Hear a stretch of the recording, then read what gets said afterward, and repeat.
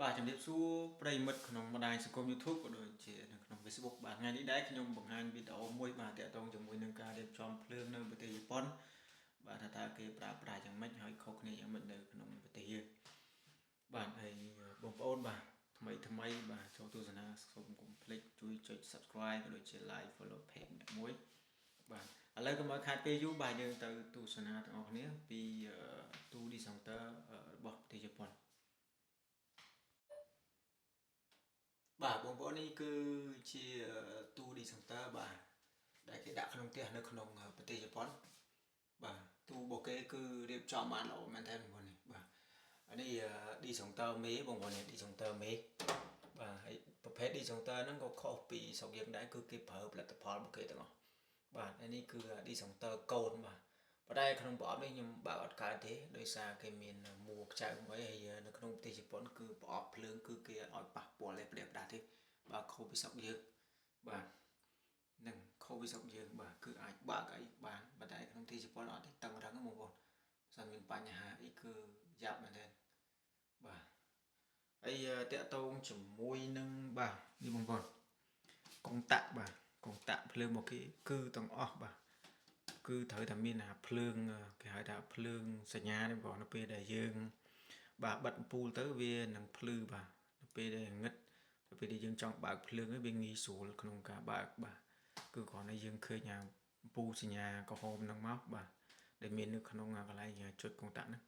បាទគឺយើងអាចមកបើកបានងាយស្រួលបាទឥឡូវយើងទៅមើលបន្តទៀតបាទតាក់ទងជាមួយនឹងរុន free បងប្អូនហើយសូមបញ្ជាក់បងប្អូនតាក់ទងជាមួយនឹងរុន free របស់ប្រទេសជប៉ុនបាទស្តង់ដាស្រុកប្រទេសជប៉ុនបាទគឺរុន free គឺ18ទាំងអស់បាទមិនថាកន្លែងណាទេគឺ18អស់អញ្ចឹងបងប្អូនយើងដែលមកប្រទេសជប៉ុនបាទត្រៀម free 18ចេញមូលបាទដូចខ្ញុំយកកុំព្យូទ័រមកអញ្ចឹងបាទដោយសារ adapter ហ្នឹងបាទមូលប៉ុន្តែដោតអត់ត្រូវទេបាទត្រូវតែមានដូចសកួរបាទមកថាកន្លែងណាទេគឺដូច18ទាំងអស់បាទស្តង់ដាស្រុកគេគឺគេយកតែមួយទេក្នុងប្រទេសជប៉ុននេះបងប្អូននេះដូច18ហ្នឹងដូចខាងយើងមាន18ផងមានមូលផងអីចឹងទេបាទនេះគឺ18ទាំងអស់បាទហើយអ្វីដែលសំខាន់ហ្នឹងបងនេះបាទនៅតាមផ្ទះរបស់ប្រទេសជប៉ុនមិនថាផ្ទះជួលឬក៏អីទេបាទគឺគេអត់ចោលទេតាក់ទងជាមួយនឹងកាមេរ៉ា security នៅតាមផ្ទះបងប្អូននៅពេលដែលមានបាទអ្នកណាគេមកឬចុចកណ្ដឹងចុចអីទៅបាទគេអាចចុចពីខាងក្រៅមកបាទបន្ទោជាសម្លេងឬកណ្ដឹងបាទប៉ុន្តែនៅពេលដែលយើងឮចឹងយើងអាចចុចបាទបើកកាមេរ៉ាមើលបាទគឺគេត្រូវបំពាក់ប្រព័ន្ធ security នៅទាំងអស់បាទ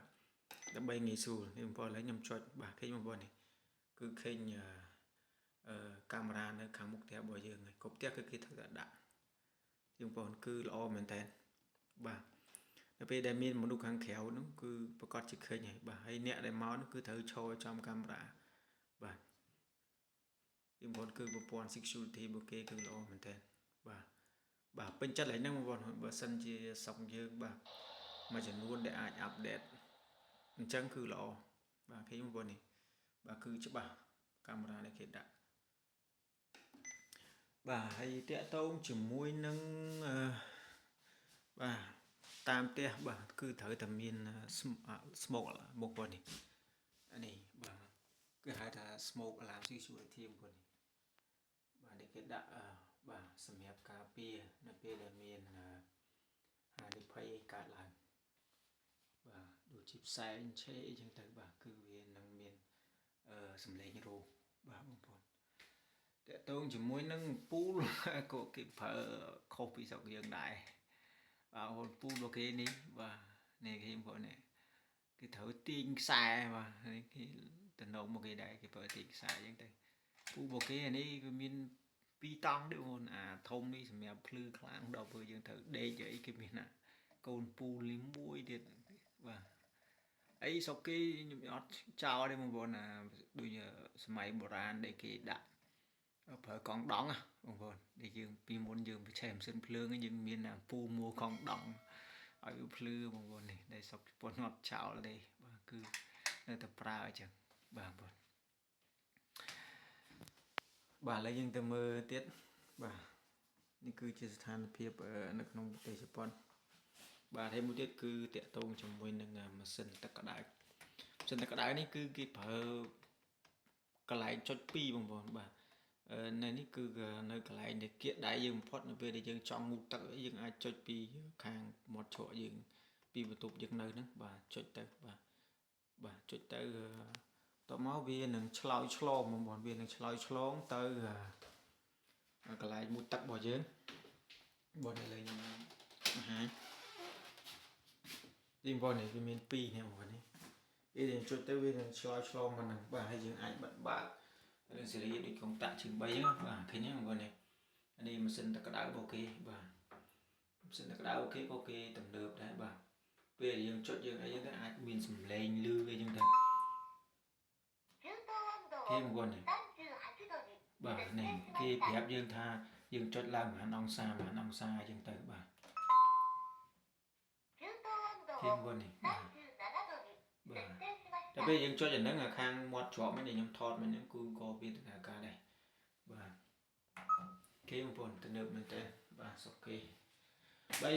មួយទៀតបងប្អូននៅក្នុងប្រទេសជប៉ុនពីច្រើនគេប្រើអាំពូលពណ៌ពងមាន់បងប្អូននៅតាមទូទឹកតាមអីចឹងទៅគេបងប្អូនគេប្រើអាំពូលពណ៌ពងមាន់គឺពីច្រើនមែនតើបាទនៅប្រទេសជប៉ុនប្រើពូពណ៌ពងមាន់បាទនេះបងប្អូននេះកងតាក់គេទាំងអស់គឺគេមានអាភ្លើងសញ្ញានេះបងប្អូនហើយកងតាក់របស់គេនឹងគឺមើលទៅគឺស្តង់ដារមែនស្អាតបងប្អូនបាទបើ4ចុចរបស់គេគឺធំហ្មងបងប្អូនខុសពីកងតាក់ស្រុកយើងអា4ចុចវាថាវារឿងទូចវាបៀតគ្នាប៉ុន្តែស្រុកជប៉ុនអត់ទេបងប្អូនមើល4ចុចអំពូលនៅកង្ហារបឺតបាទគឺមើលទៅវាមានកម្លាតដាច់ពីគ្នាឲ្យស្អាតបាទមើលទៅដូចមានសភាពថាមាំតមបាទខុសពីកងតាក់នៅស្រុកយើងបាទប្រេនរបស់វាគឺ Toshiba បងប្អូននេះឃើញឃ្លៀតដាច់ពីគ្នាមកទៅស្អាតមែនតើបាទការចុចហ្នឹងក៏ស្រួលដែរបាទនេះនៅកញ្ចក់បងប្អូននេះ